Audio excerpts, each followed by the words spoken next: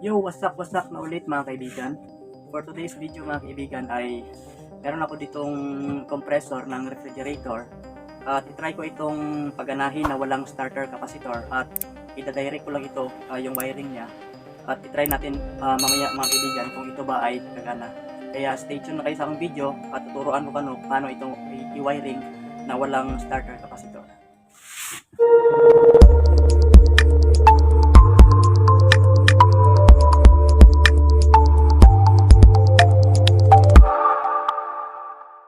So ayan guys, dito na po tayo guys, no. Makikita natin dito, meron ito siyang tatlong pin.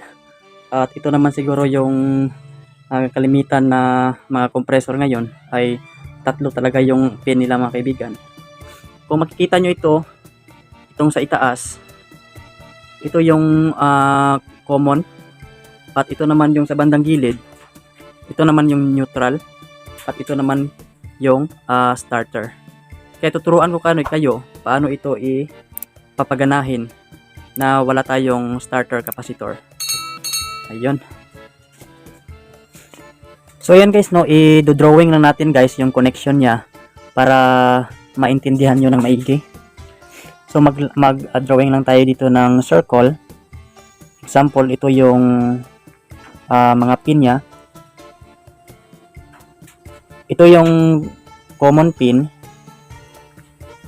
Ito naman yung neutral at ito naman yung starter. So gagawa tayo dito ng connection. Ito yung line 1 ito. Ito yung pinapansak doon sa outlet. Tapos maglagay din tayo dito ng line 2.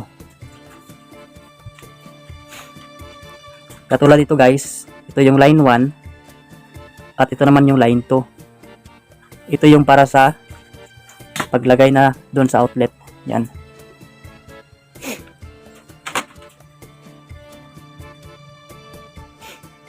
Tapos, kukuha lang tayo dito ng switch. Kailangan meron tayong switch dito. No? Maglagay tayo dito ng connection. Papunta siya dito. Yan.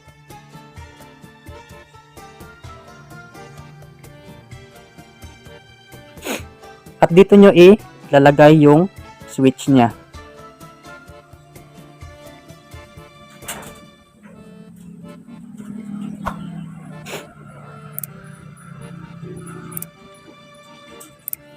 Yan. Yung starter pin at saka yung neutral pin, doon kayo kukuha ng connection para sa switch. Ito yung sa line papunta sa outlet. Yan. Dapat yung switch guys, ito yung, pero pwede naman yung ibang switch. Pero pag nakalagay na ito sa outlet, para siya ay umandar or gagana, i-on nyo lang itong outlet, ay itong switch. Pag on nyo, andar na yan. Pagkatapos i-off nyo para hindi masusunog yung coil sa loob. Kasi ang ginagawa kasi itong starter, ang starter capacitor ay para lang mag-start itong ating motor. Hindi siya wala talagang dumadaloy ng kuryente pagkatapos ma-start niya yung motor. Kaya pag on nyo, pag nakapansak na ito, pag nakalagay nito sa outlet, pag on nyo at pag umandar na siya, ay i-off nyo balik para hindi masusunog yung coil sa loob. Yan guys, no? Naintindihan nyo ba guys? Yan. Kaya yun ang gawin nating wiring sa ating compressor motor mamaya.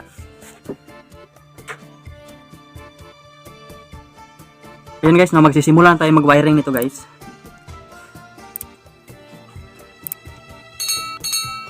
Sundan nilang yung step kung paano ko ito ginawa para hindi kayo malito.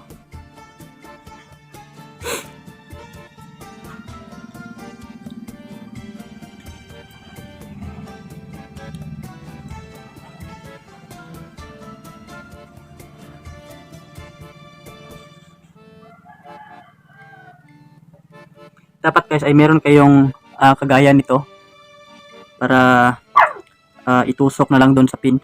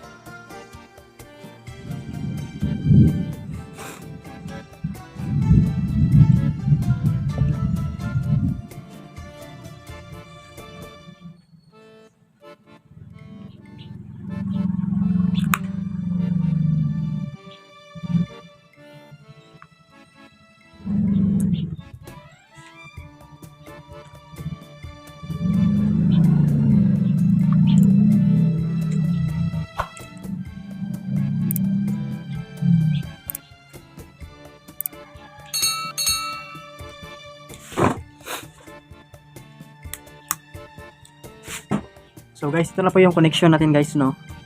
Ito yung sa common, at ito naman yung sa neutral, at ito naman ay sa starter. Kaya i-try natin itong ilagay doon sa ating motor kung ito ba ay gagana. So yan guys, ilalagay na natin itong ating ginawang connection. So ito siya guys, ay dito siya sa common wire siya guys, no.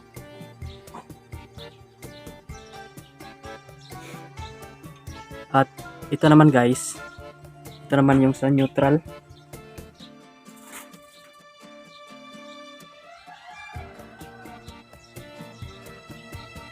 At ito naman siya guys, ito naman yung para sa starter.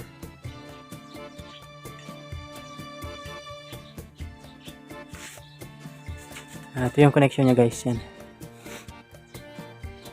Yun ganyan, i-try natin siyang paganahin guys, no. So yan guys, nakapansak na siya guys.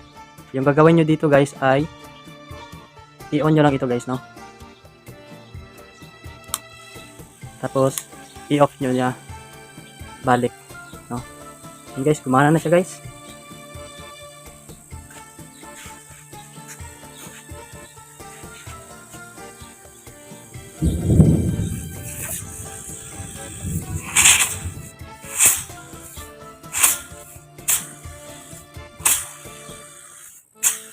Yan guys, no, gumana siya guys.